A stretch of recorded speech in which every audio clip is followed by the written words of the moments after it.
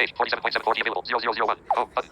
नमस्ते recording club, मैं RC Sandeep हाजिर हूँ आज the story of recording club part 272 यानी 272 लेकर के। और आज 17 अप्रैल 2024।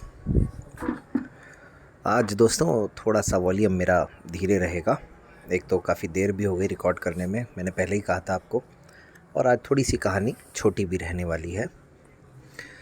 आज अब रात को 10 बज चुके हैं और ये कहानी जब तक आप तक पहुंचेगी तो शायद 10-20, 10-25 हो चुके होंगे, क्योंकि इस वक्त घर से ही रिकॉर्ड कर रहा हूं और सब लोग सो भी रहे हैं और आसपास में कम से कम 10-12 लोग हैं। तो इस वजह से कहानी को आज थोड़ा ऐसे ही आपको झेलना पड़ेगा। मैं दरअसल जो घटना आपको सुना रहा हूँ वो यूँ समझिए कि जीवन की कुछ महत्वपूर्ण घटनाओं में से एक है। और कभी कभी मैं जब सोचता हूँ पीछे तो अपने आप में काफ़ी खुशी भी होती है और दुख भी होता है। खुशी इस बात की होती है कि मैं समाज में जो मुख्य धारा के लोग हैं उन्हें किसी तरीके से ये समझाने में सफल हुआ कि भाई रिकॉर्डिंग का काम क्यों ज़रूरी है और हम दरअसल करते क्या हैं। और मेरे समझाने का असर भी हुआ, इस बात की खुशी रहती है। लेकिन शायद मैं जिसको समझाना समझता हूँ या ये समझता हूँ कि व्यक्ति समर्पित है, कई बार ऐसा होता है कि उसकी आड़ में पता चलता है कि हम अपना काम कर रहे थे और वो अपना काम कर रहा था। तो इसीलिए खैर इस बीच में परसों यानी 270वें एपिसोड पर आदरणीय डॉक्टर MP यादव सर हैं दिल्ली से, उनका कमेंट मिला था। तो डॉक्टर साहब का बहुत बहुत धन्यवाद, बहुत बहुत आभार कि आपने भी वक्त निकाला कहानी को सुनने के लिए। और कल की कहानी पर सीमा गोस्वामी का कमेंट मिला था, तो सीमा आपका भी धन्यवाद। और आपने जो नाम लिखा वो बिल्कुल ठीक है। तो मैं बात कर रहा था हिमांशी बाखमार की। अब आप में से बहुत सारे साथियों को याद आ गई होगी। वैसे राजस्थान में कई सारी बुक्स की रिकॉर्डिंग की उन्होंने, जो राजस्थान के विद्यार्थियों के लिए लाभदायक रहीं। तो कहानी का सिलसिला प्रारंभ करता हूँ। जब 26 जनवरी का प्रोग्राम हो चला और उसके बाद में फिर उस लड़की को भी कॉन्फिडेंस आ गया कि हाँ भाई ये व्यक्ति भी थोड़ा बहुत कुछ कर सकता है या थोड़ा बहुत जानता है, और कुछ नहीं तो थोड़ी बहुत जानकारी रखता है। अक्सर हम लोगों के साथ बड़ी विडंबना होती है कि जब तक अपना जलवा अपन दिखाएं नहीं, हम सबके साथ ही कहीं ना कहीं है ये प्रॉब्लम, तब तक लोग समझते हैं कि पता नहीं ये कोई किसी और ग्रह के वासी हैं, इनसे बात करने से कहीं ये चिढ़ जाएंगे या बात करेंगे नहीं करेंगे, या पता नहीं इनको बात करना आता होगा नहीं आता होगा, और या फिर बात की किस तरह से जाए, क्योंकि अक्सर देखने वाले लोग आँखों की भाषा समझते हैं। मेरे साथ तो कई बार ऐसा हुआ, जाते जाते सामने से ही ऐसे व्यक्ति कई बार नमस्कार करके निकल गए जो कभी ज़िंदगी में जिन्होंने बात नहीं की होगी। फिर मेरे को बाद में पता चला कि हो सकता है भाई नज़रें टकराई होंगी। तो ऐसा होता है। तो फिर धीरे धीरे मैं जो वहाँ पे भी कुछ ना कुछ करता रहता था खाली समय में, तो उसको इंटरेस्ट आने लगा। उसने पूछा सर आप क्या करते हैं ये वो, तो सारी चीज़ें बताई। फिर वो जॉब को लेकर भी बात करने लगी, परेशानी अपनी बताई, उसने घर की बातें बताई। और मेरे स्टाफ में मेरे साथ ही बैठने वाले एक और सर थे सीनियर, उनसे भी, उनके वो रिलेटिव थी, तो उनसे भी कुछ कुछ जानकारी मुझे मिली। तो फिर बात करते करते मैंने उससे कहा, हिमांशी से मैंने कहा कि हिमांशी तुम्हारी आवाज़ इतनी अच्छी है, तुमने कविता इतनी शानदार बोली है, और तुम जो है वो मतलब मुझे लगता है कि तुम्हारा भविष्य बहुत उज्जवल है, और अगर तुम्हें समय मिलता है तो तुम्हें, मुझे लगता है कि घर रहकर भी तुम एक ऐसा काम है जो कर सकती हो। तो उसने कहा कौन सा काम सर? मैंने कहा हम जो काम करते हैं उसमें हम तुम्हें भी जोड़ सकते हैं। अच्छा, अब यहाँ पर मैं एक बात आपको बताना चाहता हूँ, जो नहीं बताऊँगा तो मुझे कहीं ना कहीं मोक्ष की प्राप्ति नहीं होगी, और ये दरअसल मेरा दर्द भी है। कई बार मेरे आसपास के जो लोग हैं उनको लगता है, या वो तो कई बार कह भी देते हैं, जिनको मैं अपना मानता हूँ, ऐसे लोग, मेरे यहाँ अजमेर की बात कर रहा हूँ, कि तू ये सब नहीं करे तो तेरा टाइम पास कैसे होगा, या फिर तुझे तो बड़ा मज़ा आता होगा। लेकिन दरअसल मेरी कोशिश ये रहती है कि मैं किस तरह से अपने समाज को, अपने आप को दुनिया के सामने रिप्रेजेंट करूं, प्रस्तुत करूं, ताकि उनको जो दिख रहा है उसकी बजाय उन्हें जो नहीं दिख रहा है वो मैं दिखाने की कोशिश करूं। और अक्सर मैंने अपने साथियों को, कई साथियों को ये कहा, मैंने कहा आप लोग चाहें तो बहुत पहल कर सकते हैं रिकॉर्डिंग के काम में, काफ़ी कुछ मदद करवा सकते हैं। कई लोगों को मैंने कहा, जो दूर के हैं उन्हें भी कहा, जो पास के हैं उन्हें भी कहा, जो रिकॉर्डिंग क्लब में हैं उन्हें भी कहा, जो बाहर वाले हैं उन्हें भी कहा।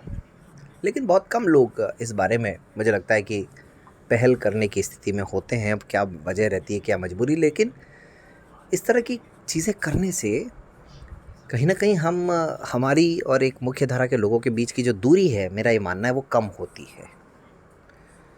तो आज मैं जहाँ भी हूँ, जिस भी जगह हूँ, पहले जहाँ रहा, सब जगह मेरे स्टाफ को धीरे धीरे धीरे समझ में आ गया था कि भाई ये स्कूल तो ठीक है अपनी जगह, लेकिन उसके अलावा ये बंदा बहुत कुछ करता है। और अभी भी जहाँ मैं हूँ अपने स्टाफ में, मैंने कभी किसी को कुछ नहीं बताया, लेकिन मेरे स्टेटस, यूट्यूब चैनल, ये सब फॉलो करते करते मेरे स्टाफ वालों को भी पता चल गया। तो अपनी गतिविधियों से, अपनी एक्टिविटीज़ से लोगों को प्रभावित करने का प्रयास करना पड़ता है, करते रहना चाहिए, और मुझे तो फ़ायदा मिला।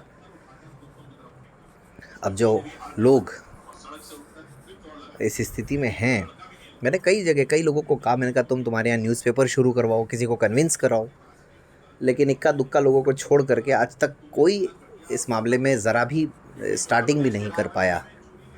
हालांकि अब इसमें दोनों ही बातें हो सकती हैं, या तो कोशिश नहीं की गई या फिर अच्छे लोग नहीं मिले, दोनों ही। लेकिन मैं ये मानता हूँ कि लगातार कोशिश करते रहने से एक ना एक दिन लोग तो मिल ही जाते हैं अच्छे। खैर, तो हिमांशी से बातचीत हुई, उसको मैंने समझाई सारी बात, उसको कुछ फाइल्स सुनाई, ऑडियो फाइल्स, और न्यूज़पेपर वगैरह के बारे में भी बताया। तो मुझे ऐसा लगा कि उसको अच्छा लग रहा है ये सब देख करके, सुन करके, और वो इंटरेस्ट ले रही है। फिर बातचीत के दौरान एक दिन मैंने उसको कहा, लोग हमारे ऑफिस में भी महिलाएं ही आती हैं, और फिर मैंने उसकी बातचीत भी कराई हमारे ऑफिस में फ़ोन करके, ताकि उसको भी कॉन्फिडेंस आए, ज़रा उसको लगे कि हाँ, जिन लोगों के साथ वो जुड़ने की सोच रही है वो सही काम कर रहे हैं, अच्छा काम कर रहे हैं। तो मैंने ऑफिस में फ़ोन करके उसको कहा कि तुम जाओ, ये फ़ोन पे बात करो अलग जाके, और जयवंती आसवानी मैडम से उनको मैंने समझा दिया था कि इसको किस तरह से समझाना। एक तरह से फ़ोन पे ट्रेनिंग भी थी वो, तो उन्होंने भी अपने तरीके से उसको बताया। उसने भी उसके अंदर भी ललक थी कहीं ना कहीं सीखने की, उस समय ऐसा लग रहा था हमको। और कुल मिलाकर के ये हुआ कि वो रिकॉर्डिंग के लिए तैयार हो गई। सब कुछ उसको बता दिया गया, और उसकी ज़रूरतें थोड़ी बहुत पूरी हो जाए इसलिए उसको बता दिया गया कि तुम जो रिकॉर्ड करोगे उसका तुम्हें कुछ अमाउंट भी मिलेगा, कुछ पेमेंट भी मिलेगा, जो थोड़ा बहुत तुम्हारे काम आ सकता है। तो ऐसे में फरवरी का महीना आते आते ये तय हो गया था कि वो रिकॉर्डिंग के काम से जुड़ रही है। कुछ बुक्स उसने घर रह कर के की, लगभग मई के महीने तक उसने जो बुक्स हैं वो अपने घर पर ही रह कर के की। इस बीच में कई बार उसकी पारिवारिक समस्याएं भी सामने आती थी, कई बार समय का भी चक्कर रहता था, लेकिन उसके बाद जून महीने से उसने ये